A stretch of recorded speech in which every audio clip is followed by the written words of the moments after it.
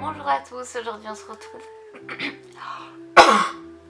On ne dirait pas que je viens de filmer une vidéo avant, ainsi du coup.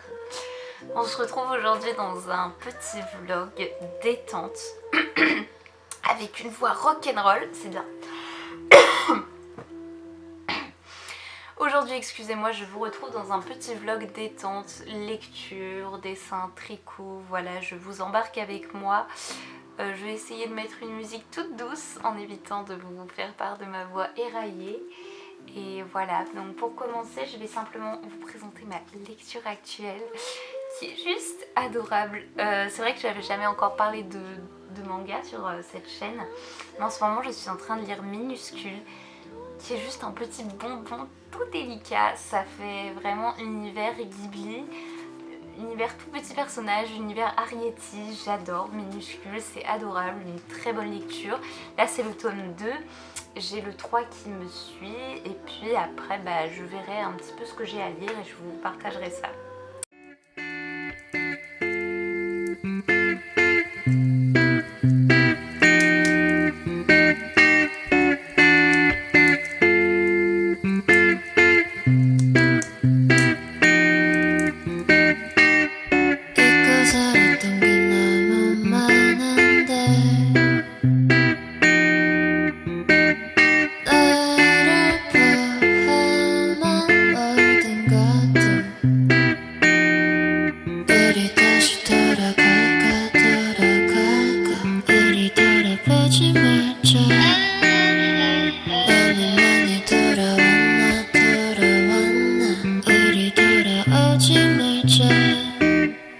핸드폰 속에 너와 나눴던 얘기들은 아직 남아. 꿈만 속에 꿈이 아니겠지. 꿈이었어도 나 헤어나오지 못했어. I don't wanna wake up, just wanna back up. 우리가 함께했던 것을 난 너무 슬퍼. 눈을 가렸어 아무것도 보지 못하게.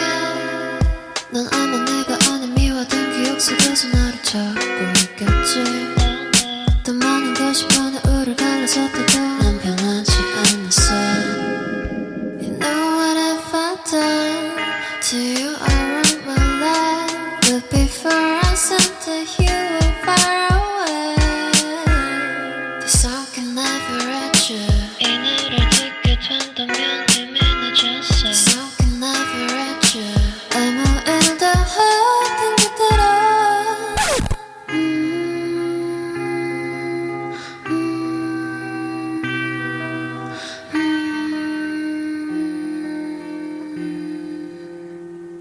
우리 다시 돌아갈까.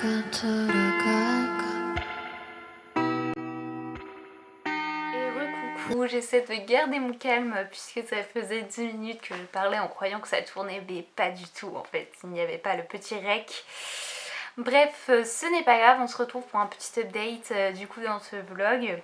On se retrouve 4 jours après la dernière fois que je vous ai pris. Il s'est passé plein de choses.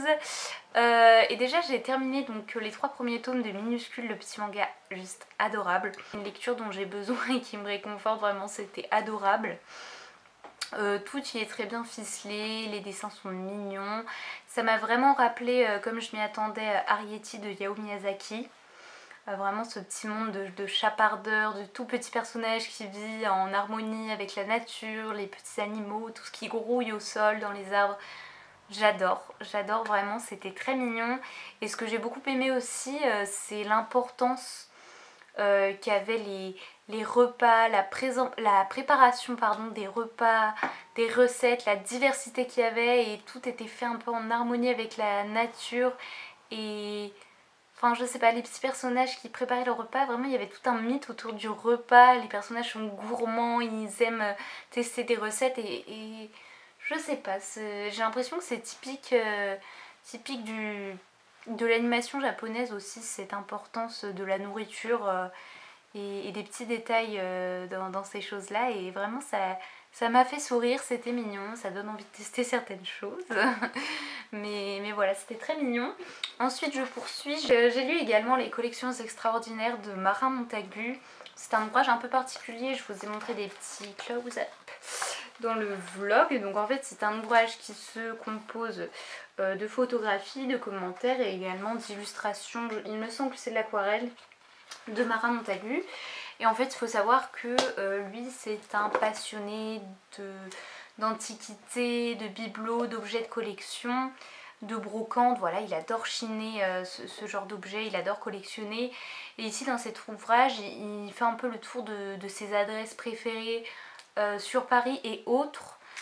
Des adresses très diverses, donc ça peut être parfois chez des collectionneurs qui ont repris certaines d'anciennes enseignes, compliqué à dire. Parfois c'est juste chez l'intérieur d'un décorateur, ou parfois c'est voilà, une petite boutique qui revend des antiquités. Aussi je sais qu'il y a de très belles photos de l'intérieur d'un écrivain qui est collectionneur aussi. Voilà, enfin, vraiment il nous montre en fait tout ce qu'il aime, tout son univers. Et voilà, c'est commenté, c'est un bel ouvrage. Après honnêtement je ne l'aurais pas acheté moi-même en fait.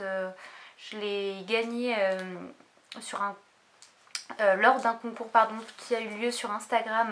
Ça a été proposé par My Little Book Club. Vraiment une très chouette découverte. Après voilà, moi je vous le dis, l'objet livre est beau, certes, le contenu est beau, intéressant, mais moi à la base c'est pas quelque chose qui m'intéressait spécialement. Après voilà, je suis contente de l'avoir dans ma bibliothèque et d'avoir pu découvrir tout cet univers aussi qu'il y a autour des vieux objets et de la collection de ceux-ci. Vraiment c'était une chouette découverte, et j'ai beaucoup aimé aussi la pâte de Marin Montagu. Encore une fois merci à My Little Book Club. Je ne sais pas si quelqu'un de l'équipe tombera sur ma vidéo, mais ce fut une très belle surprise, un très beau cadeau.